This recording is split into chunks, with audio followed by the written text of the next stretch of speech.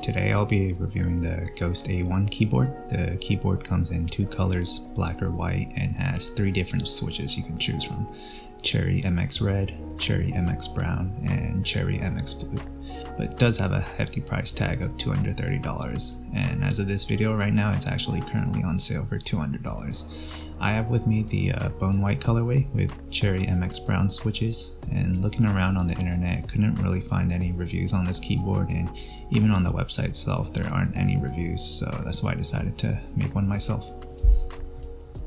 Alright, so the accessories that come with the keyboard are pretty standard. It comes with a keycap puller, USB-A to C cable, extra spacebar keycap with a different design if you want that one, and a USB Bluetooth receiver. Now the keyboard itself, it comes at 3 pounds, so it is pretty hefty weight, and it has a very sturdy feel to it, and the typing experience has been really great as well. And here's a quick sound test of my Cherry MX Brown switches.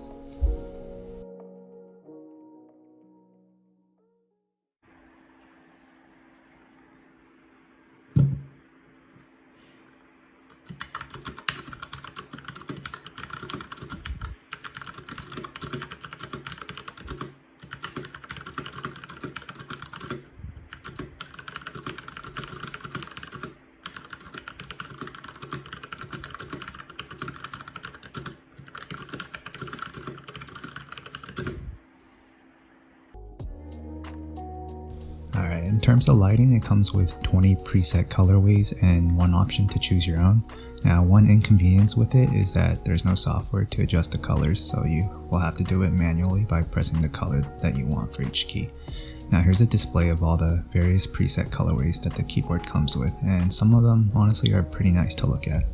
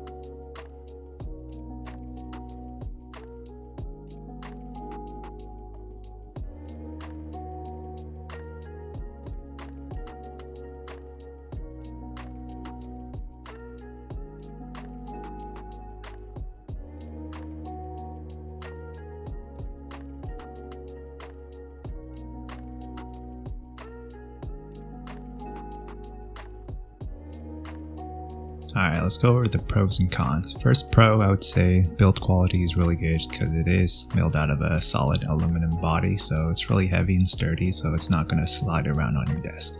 And the keycaps they use are double shot PBT, so you don't have to worry about it feeling all greasy over time. And when you press down on the keycaps, there's really no wobble on them, so that's really good as well if you care about that.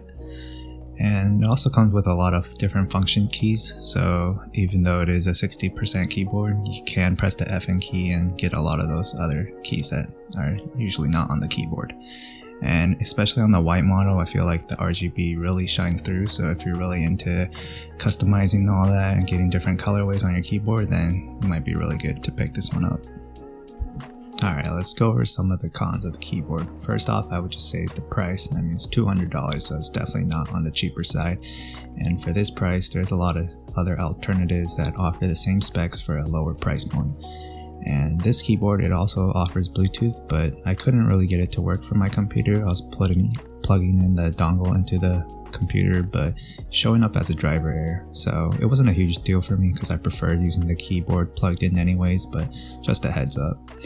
And another con would be that there's no program to adjust the colors, so if you do want to adjust it, there is an option, but it just takes a little time and you have to press each key and assign each color separately.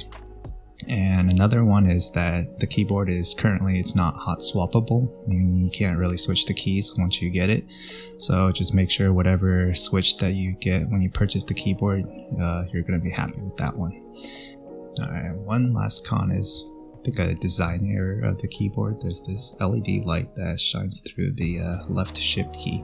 So I was confused about it at first. It was like a bright red light, and then after I charged it all the way up, it turned green. So I think it's an indicator for the battery level inside the keyboard, but honestly I prefer not to have any RGB on my keyboard, and when you turn all the RGB off, that light still stays on. So that's one thing that kind of bothers me for this keyboard. Alright, so overall, one main gripe I have with this keyboard is the price. I mean, at this price point, there are many cheaper alternatives that offer the same specs, such as the Durgod Hades, the Ducky Mecha Mini, or even the Drop Alt keyboard if you pay a little more. And I haven't personally used any of these keyboards, but based off of reviews on YouTube, the general consensus for those seem pretty solid. So for $200 for this keyboard, you are paying for almost enthusiast level prices, but get a pre-built keyboard that is not customizable besides the keycaps. But overall, if you're looking for a solid pre-built keyboard and have some extra cash to spend, then this might be the keyboard for you.